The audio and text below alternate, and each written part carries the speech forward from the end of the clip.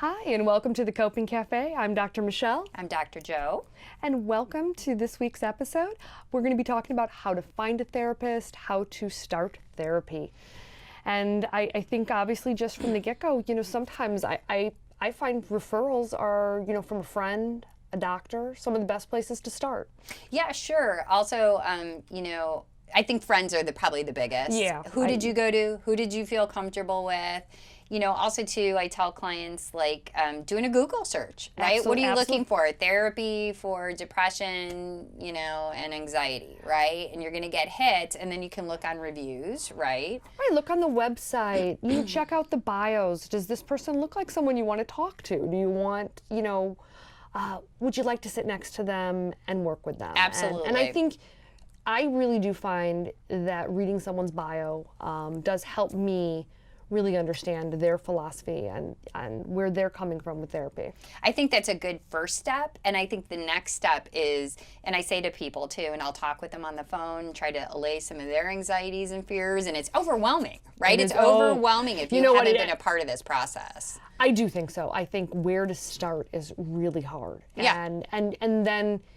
And then pulling the trigger. Pulling the trigger, and that's huge. And then I say to people, you know what? And you can read the bios, which I recommend. Yep. And get word of mouth, but you're not going to know until you go in. Absolutely. Right?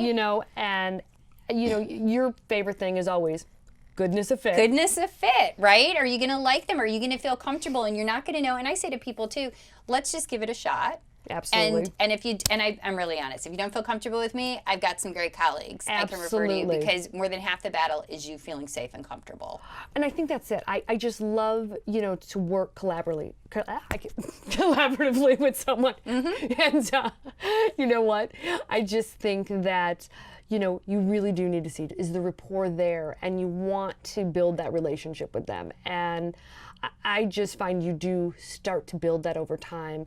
But I am not offended, and like you said, therapists have wonderful referral sources, and we do not take offense. If you need to find someone different, you want a male, you want a female, you want someone older, younger, someone you feel better connected to. I think that's our job, to help you then find that if it's not us. Right, and I think too, just ethically and professionally. Yes. If I don't feel, and we're good at what we do, but I don't do everything, right? Right. So for instance, couples work, that's not my niche. That's not what I do. I'm going to refer you to somebody who can help you. Absolutely, and I think that's really important. What are you good at, and what you're not good at? And I think an honest therapist will tell you that. I think that Definitely. most therapists are ethical enough to say, that's not my area of expertise. Why don't I refer you to someone who is?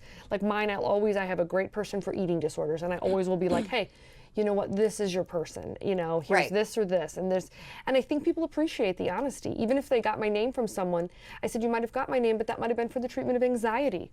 So I do think, again, I love when you say goodness of fit. Yeah, absolutely. And I think, so for next week. Oh, absolutely. And next week, please join us, and we will be talking about, I think, the relationship. I think so. How important the relationship is in therapy. I love it. Let's do it. Thank you so much for joining us on the Coping Cafe. This is Dr. Michelle. Dr. Joe. Join us next week.